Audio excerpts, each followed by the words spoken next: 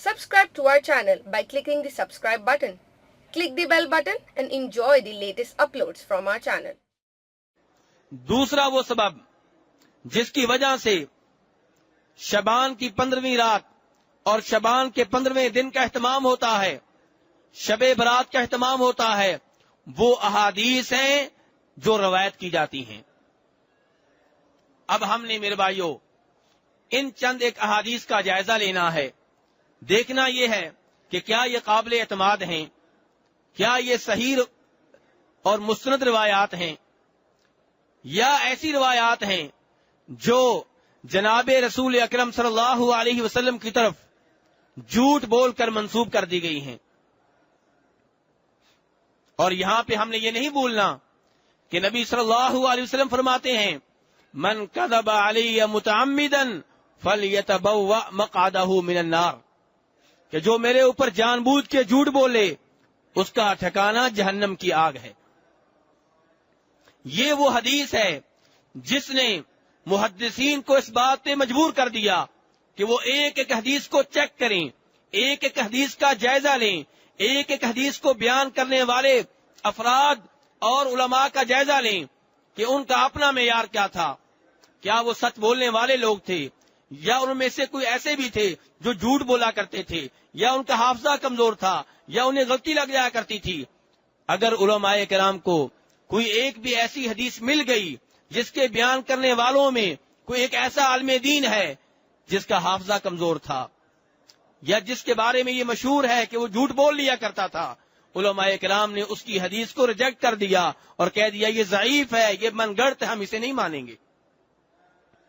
क्योंकि नबी सल्लल्लाहु अलैहि वसल्लम की तरफ हमने सिर्फ वो बात मंसूब करनी है जिस बात के बारे में कोई शको शुबा न हो। तो मेरे भाइयों, शबान की 15वीं रात और शबान के दिन के बारे में, शबान के 15वें दिन के बारे में जो रवायात जिक्र की जाती हैं, उनमें से एक रवायत वो है जिसे जनाब आयशा रज़ियल्लाहु अन्हा रवायत करती हैं।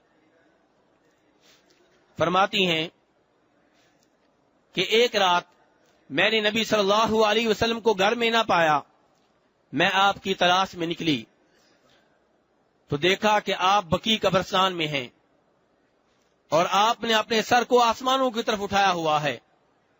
मुझे देखा तो कहा, आयशा क्या तुम इस बात से डरती हो कि अल्लाह और अल्लाह के रसूल तुम्हारे ऊपर जुल्म करेंगे?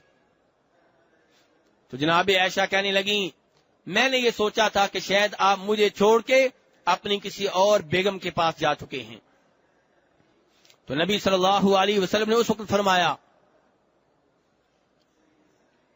कि अल्लाह तबारक व तआला शबान की 15वीं रात, शबान की 15वीं रात को आसमान दुनिया पे नजूल फरमाते हैं और फिर ये निदा लगाते हैं कि कौन है जो मुझसे अपने गुनाहों की मुआफी मांगे, मैं उसे मुआफ कर दूं। कौन है जो मुझसे रिज़्क मांगे, मैं उसको रिज़्क दे दूं। इस तरह की निदा अल्लाह तबारक व तआला लगाते हैं।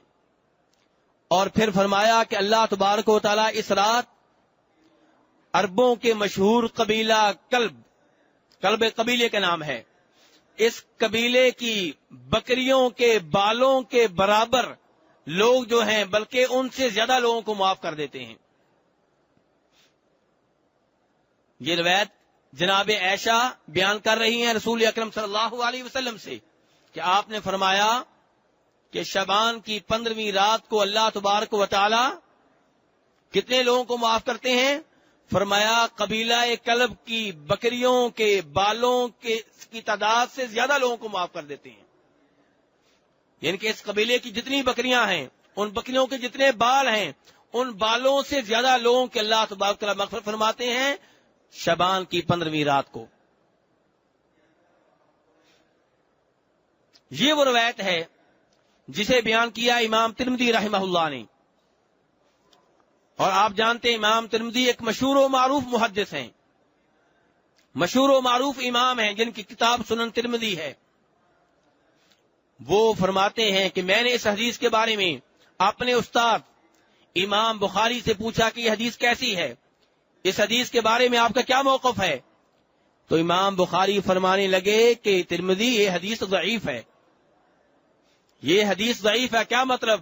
ناقابل اعتماد ہے، یہ مسند روایت نہیں ہے. اور وجہ یہ بیان فرمائی کہ اس حدیث کو بیان کرنے والوں میں ایک آدمی ہے جس کا نام ہے حجاج ابن ارطا. وہ اس حدیث کو بیان کرتا ہے یحییٰ ابن ابی کثیر سے، جبکہ یحییٰ ابن ابی کثیر اور حجاج ابن ارطا کی کبھی آپس میں ملاقات ہی نہیں ہوئی. جب آپس میں ملاقات نہیں ہوئی، ایک دوسرے سے احادیث سننے سنانے کا موقع نہیں ملا، پھر حجاج یہ حدیث یحییٰ سے کیسے روایت کر رہا ہے؟ اور یحییٰ جو ہے اس حدیث کو بیان کرتا ہے جناب عائشہ کے بانجے عروہ سے، اور یحییٰ اور عروہ کی آپس میں حدیث سننے سنانے کے سلسلہ میں کوئی ملاقات ثابت نہیں ہے. اور پھر عروہ اس حدیث کو روایت کرتے ہیں جناب عائشہ سے. اب ہم کیسے مان لیں کہ جناب عائشہ نے یہ حدیث بیان کی ہے، جبکہ ان سے حدیث نقل کرنے والے نیچے جو ہیں حجاج ابن ارطا اور یحییٰ ابن ابی کثیر، وہ اپنے اپنے استادوں سے حدیث سننے سنانے کے سلسلہ میں نہیں ملے. تو جب یہ عیب آ گیا، یہ کمزوری آ گئی، تو اس حدیث کو مانا نہیں جا سکتا. یہ ضعیف حدیث ہے، ناقابل اعتماد ہے. اور یہ کس نے بیان کیا ہے؟ حدیث کے امام امیر المؤمنین جناب محمد ابن اسماعیل البخاری رحمہ اللہ نے. تو پتہ چلا کہ اس حدیث کو بنیاد بنا کے شعبان کی 15ویں رات کی کوئی فضیلت بیان کرنا یا اس کا عقیدہ رکھنا درست نہیں ہے، بلکہ یہ جناب رسول اکرم صلی اللہ علیہ وسلم سے حدیث نقل کرنے کے سلسلہ میں جو احتیاط روا رکھنی چاہیے اس سے ہٹنے کے مترادف ہے.